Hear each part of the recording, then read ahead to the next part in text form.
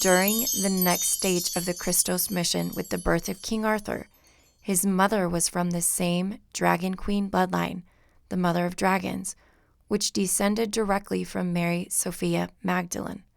This was later formed into a high priestess order known as the Sisters of Avalon. Welcome to Activations with JJ. In today's episode, we will be discussing what kind of energy is being experienced as we ramp up to the 8-8 portal, as well as how our memories of Golden Avalon are being activated and what that means for us on our Ascension journey. And finally, I finish out this episode with a channeled message from Celtic goddess Morgen. I'm excited to dive into these topics, and I'm even more thrilled to have you right here by my side as I do. So let's get right into it.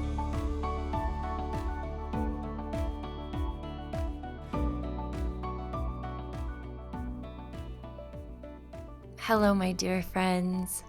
How are you doing during this time? If you're listening to this right when I publish it, we are between the 7-7 and the 8-8 portals of 2023, and the energies have been pretty incredible. I think that's the best word to define it. You have been on my mind so much. I've been experiencing a lot of shifting, and I've been wondering how you have been feeling.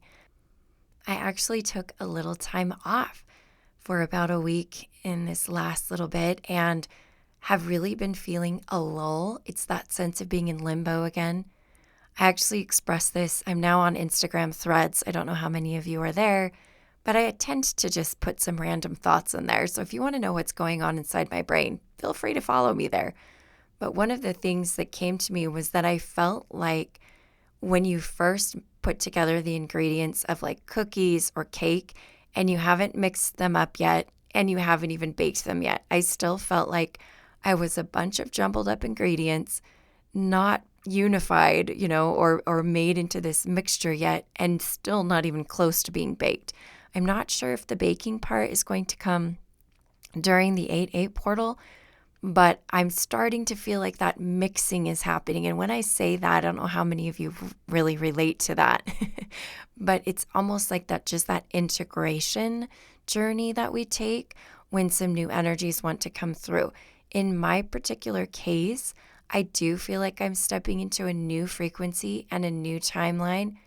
And it's interesting because some of the people that I work with can tell when I've had an upgrade. They're like, you're different. You've had a shift. And I'm like, yes, I have. So you'll have to come to one of my gatherings. In fact, on the 30th, I have 3 different gatherings, 3 different offerings. You'll have to come and see if you can feel a different tone from me when you attend those, because I feel like by then a lot will have shifted completely and locked into place this new frequency for my next timeline. Now, again, this is an energy update, so the reason why I'm telling you this is to just let you know what has been on my radar, and I'm wondering if you're feeling the same. So you'll have to drop in the comments if you're listening to this on YouTube and share with everybody. Are you experiencing this as well? Are you feeling that you are in a time of shift? Now, I not only want to identify what we're going through, but I also want to recommend a few ways that you can navigate this time of extreme shifting with regards to like timelines and frequencies and upgrades. One of the things that I want to make sure you do is be out in nature as much as you possibly can. Those of you who follow me on Instagram know that I am actually doing this little personal challenge. It's not one that I had anybody else do with me, but it's basically 60 days of 60 minutes with Gaia. So for 60 days straight, I'm spending 60 minutes a day in nature. Now, luckily, it's easier for me. I live in the Northern Hemisphere. It's summer, and that's going quite well, although there's been some pretty hot temperatures lately. And I've been noticing that connection to nature has made a big difference. There are a lot of reasons why I believe Spirit has led me to do that. One of them is that as we activate our light bodies, we are going to be literally consuming the pranic energy of the sun as food, and our need for like substantive 3D, like physical food is going to be decreased. So I've noticed that for myself, I'm eating less meals and consuming more sunlight. Now, this is not any kind of dietary advice that I'm giving you. You need to listen to your own body, but that is my personal experience. And again, I'm not sure if any of you can relate to it, but feel free to share with me if it does feel like something you're also going through right now. In addition to spending time outside, listening to your body, I want to remind you that it's also important to take time to rest and integrate. So I had an experience the other day where I was just working, doing my regular things, doing my day-to-day activities, and I literally felt like I was just get this wave of just fatigue. And whenever that happens in the middle of the day, most of the time I know my guides are like, all right, time to rest because we got some activations to do. So I went and laid down and took a nap, and absolutely that's what was happening. I was conscious enough to know and feel all of the different beings that were coming through and providing me with activation. And I felt like it was very, very connected to my light body, my physical body, and receiving new upgrades, new frequencies. I can't even tell you in detail, like, because I was, experiencing something that's hard to define with words. But I did feel like the energy of my galactic guides. I felt Isis very strongly, and a lot of sound healing that I, knew was coming from another dimension. Like there was some gongs right next to me. I could feel that. It was so incredible. So again, the main point is if you feel like you need to rest, you never know what's going to go on. You may not be able to feel it as consciously as I did. You may be dropped into a state of really deep sleep, but just trust that that is what's happening and it's for your greatest and highest good. And even set that intention. You're like, okay, I'm feeling tired. I'm not going to judge this exhaustion. I'm going to trust this is what my body needs. And I'm going to invite in my guides to do whatever attunements are in alignment for me right now to further me along this ascension journey. So hopefully those two pieces of advice are helpful for you as you move forward between now and the 8/8 portal. Speaking of the 8/8 portal, I'm really excited. I do have a gathering planned for 8 p.m. Eastern time on 8/8. It is a weekday, so it's kind of like trying to navigate the time, but I figured, okay, let's do it at least at 8 p.m. for one of the time zones that I know many of you live in. And so I'll be doing that. And I'm also going to be in Connecticut. I'll be on the Eastern time zone at that moment. I'm doing some in-person sessions in Connecticut. All of my 8/8 sessions are sold out as we speak, but I believe I have a few open on the Saturday before, as well as, I'm so excited for this, I have a dragon activation workshop. This is only in person, so if you're on the East Coast in the New York area, I will be in Ridgefield, Connecticut, which is about an hour away from New York City, as well as an Lionsgate portal event that will take place on the Sunday before the Lionsgate, the 8/8. So these two are live events. Again, they're happening at the Angel Co-op in Ridgefield, Connecticut. It is always such a joy to co-create with you in person, and I cannot wait to connect with so many of you there. All right, now moving forward with this episode, it's interesting that I brought up the Dragon Activation Workshop that I'm doing in Connecticut because I feel like that's a big theme as we dive into the Remembering Avalon. Many of you know that I've been on this little quest. I've had this download in December of 2022 where I felt the weaving together of the codes of Lemuria, Atlantis, and Avalon. And as we moved forward throughout this next several months, from December 2022 until now, you may realize that I have dove pretty deep into these different timelines, these golden ages in many different ways. I had my Atlantean Golden Age gathering that I started.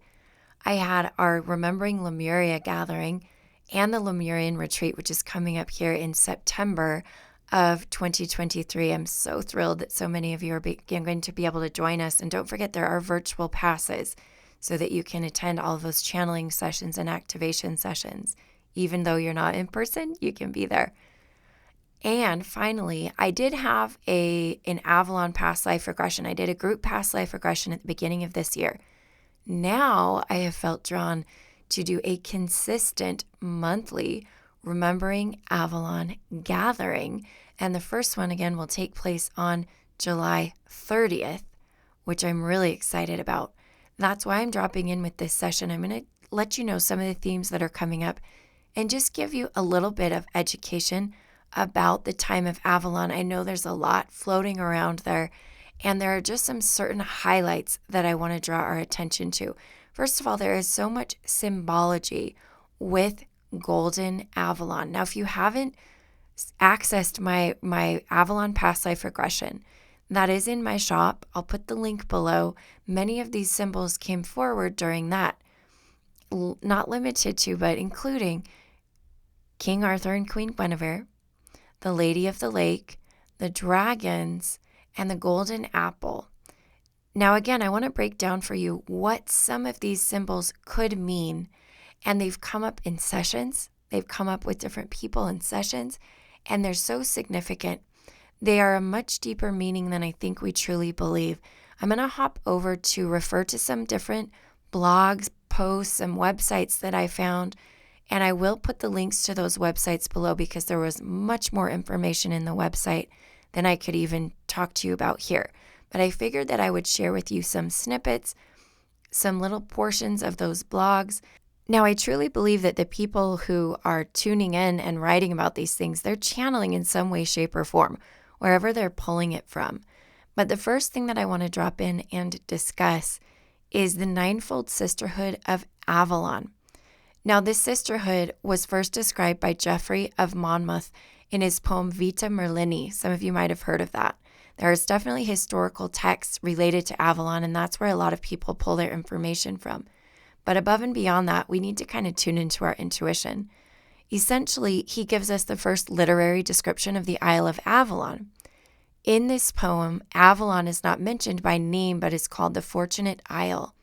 It is a place where everything grows without needing cultivation, and the Ninefold Sisterhood can heal all sorts of ills.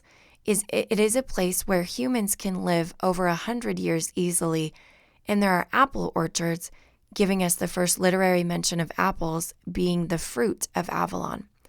Merlin takes Arthur there so that his wounds can be tended to by Morgen, the leader of the sisterhood. It is said that she is the most talented and the most beautiful of the 9. She is also able to shapeshift. So it's kind of really fascinating that there are 9 total, and later on it talks about, in this particular blog post, which is from a blog called White Rose of Avalon, she talks about how there are 8 of these sisters, with them surrounding and embodying the whole unity embodied by Morgen in the middle. The number 9, of course, is significant and related to Atlantis. And you might have heard me speak about before how many people believe there is literally an Atlantean crystal, and the temple was located under the Glastonbury Tor.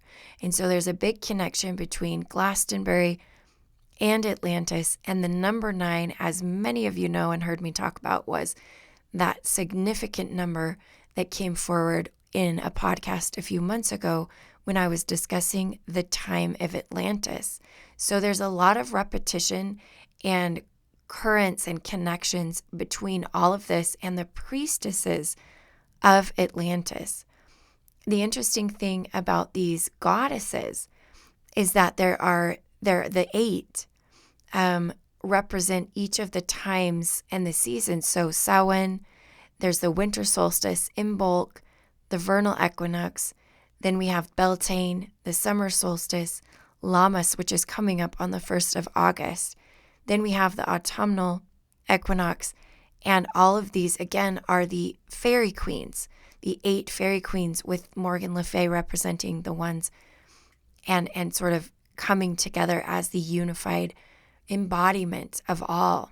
Now, some of you are most likely aware of the fact that the church came in and essentially demonized Morgan Le Fay as a vixen, a sorceress that worked with the dark powers, and all of those legends that came forward to kind of wipe out all of the Wiccan work, all of the divine feminine, and the pagan worship that was more connected to Gaia. The church came in and wiped all of that out and just cast a shadow on anything and everything related to these legends and these myths, and really drove out that divine feminine essence from the island.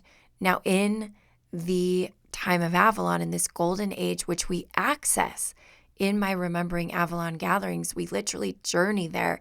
This is exactly what we did when we did our Avalon group past life regression. We entered that frequency of Golden Avalon. And what you will notice is there is a matriarchy during that time. Now, I'm going to bring through some additional information that is a little deeper. And in order to receive this information, I really want to make sure that you can turn your dial into what needs to be in. I'm going to be pulling this information from the Ascension glossary. And if any of you have ever explored the Ascension glossary, I've referred to it before in past podcast episodes. It gets very, very deep, very, very quickly. It does address some duality, so you need to understand that the Ascension glossary spans all different densities. It talks about duality, and then it talks about non-duality, so you kind of have to sift through it. Otherwise, if you get too attached to the stories in the Ascension glossary, it can feel a little bit like fear-based. So I just want you to remember that as we dive in here. Now, the first entry that I want to read a little bit about in the Ascension glossary is actually connected to the same theme. The entry is called the Sisters of Avalon. So I'm just going to start off again. This goes deep, so just take a deep breath. Here we go.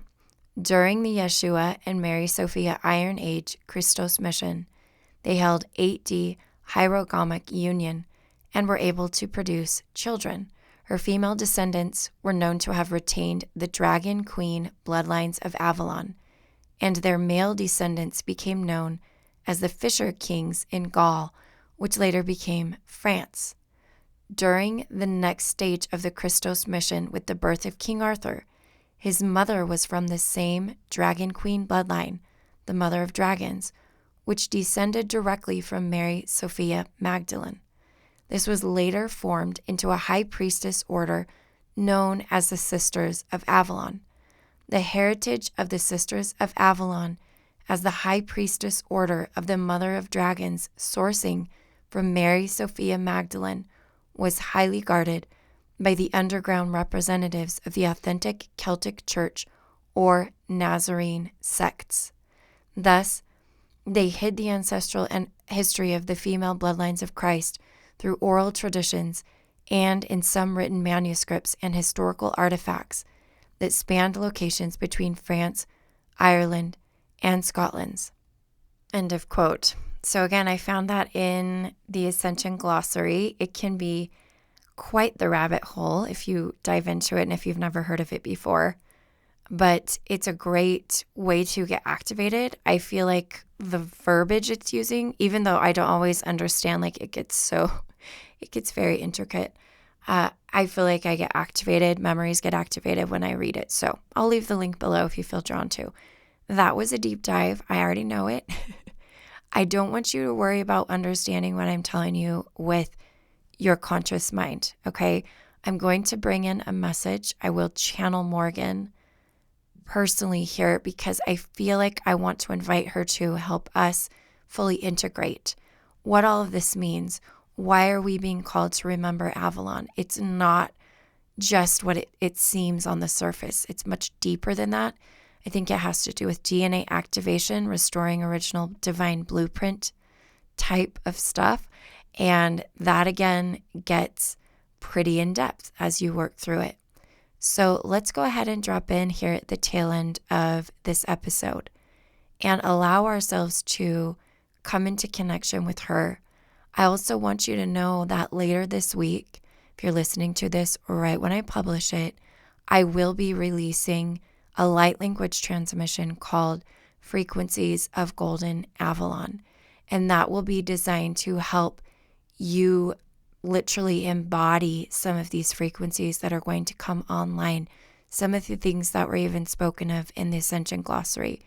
So it'll be a really great way for you to continue to energetically bring online. A lot of this is, again, remembrance for you. So taking a deep breath as we call in, inviting in Morgen, all that she represents, the essence of Avalon, the mother of Avalon, Lady Avalon, any and all emanations of that which truly has no name, is eternal.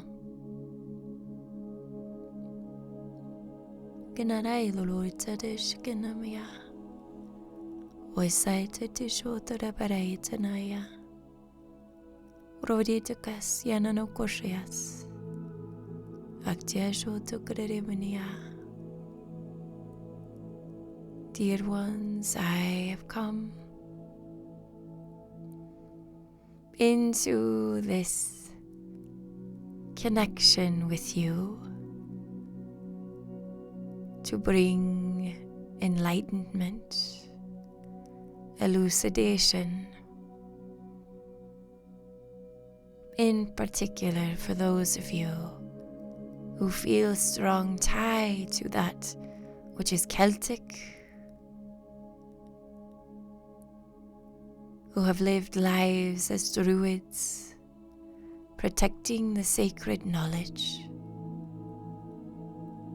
Those of you who are among the ranks of the dragons of Avalon who are also listening. I come to activate your memories, that you might once again, within the essence of your light body, be woven together with the frequencies of Avalon. I invite you, dear ones, to open your heart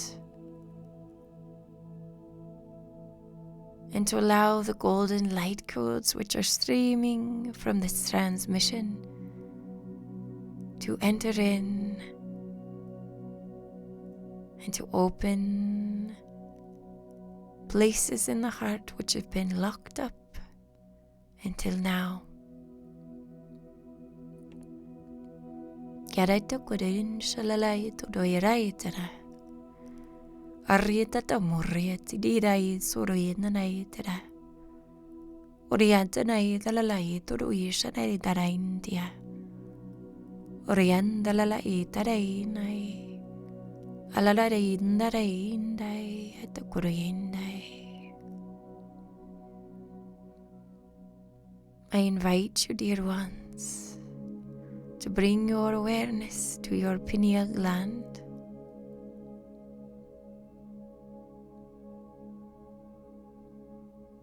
And to imagine a great softening of that area, almost as if it were a tiny wee egg hatching. As you see a beautiful golden baby dragon step forward, emerging from this egg.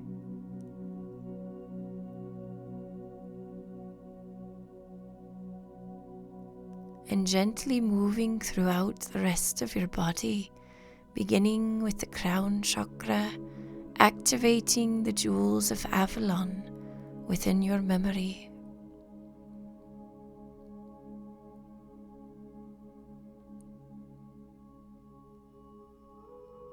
Calling in the essence of this wee little dragon into your DNA, into the atoms of your quantum body.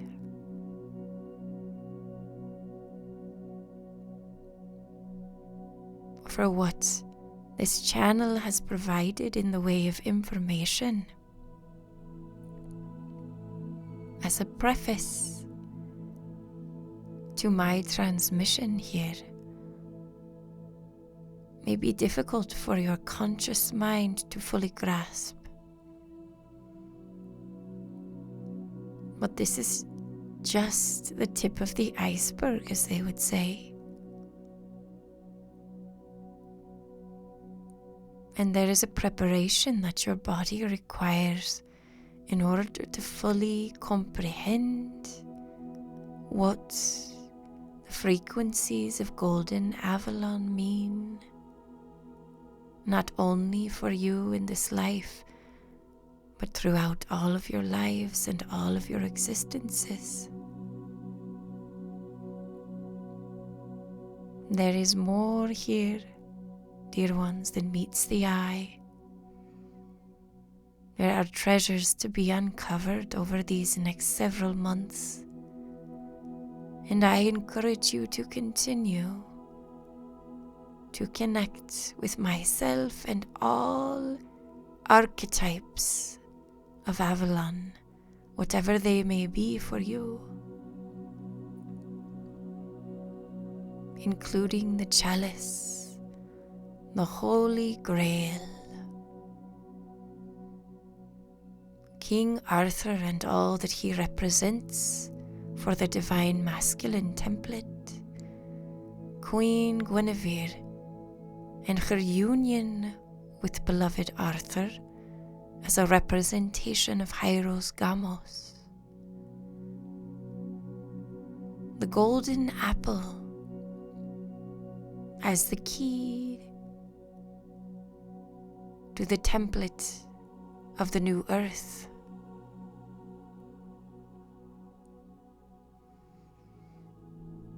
the gold and silver dragon tribes,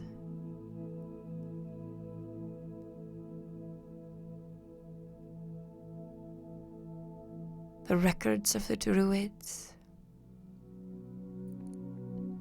and the mists of Avalon, or better said, the ethers of Avalon. For within the ethers lay the key to your next phase of evolution. And so it is.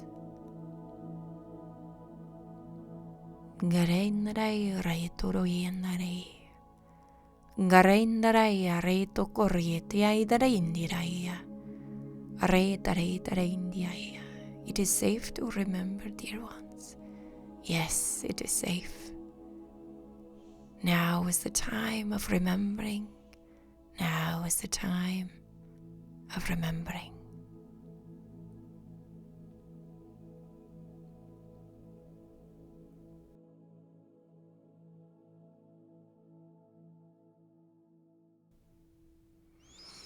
This is JJ. Go ahead and just take a couple more deep breaths as we release with love and gratitude this message, bringing it to completion. And I want you to notice how your body feels right now. Just noticing the way that it's responding to that message. And reminding yourself that it is safe to be in your body as you receive these Avalon codes. There is more to come. I truly feel that. As we wrap up this episode, I want to encourage you to take some time afterwards to simply sit and integrate. Maybe you feel drawn to journal what wants to come forward. Maybe you want to bring through some light codes, written or spoken. Thank you so much, dear ones, for spending these moments with me. I feel as if this was a calibration for the upcoming gatherings on the 30th. So if you feel drawn to connect, this will be a live virtual offering. Please check the links below. There are a few. I feel like they're all connected, even though the themes might feel different. Typically, when I do 3 in one day, they all relate to each other. So whether you feel called to attend energetically and astrally, or you want to join us virtually via Zoom, or if the times don't work for you and you need to join us after the fact, just setting the intention that however you co-create, that you will receive what you need to receive. And maybe you'll receive even more of what you need to receive by simply going out into nature over these next few days, where that is one of the most powerful ways to remember and be activated. And as we wrap up, just letting you know that I am sending you so much love and reminding you that I am you and you are me and we are we. Until next time, my friends.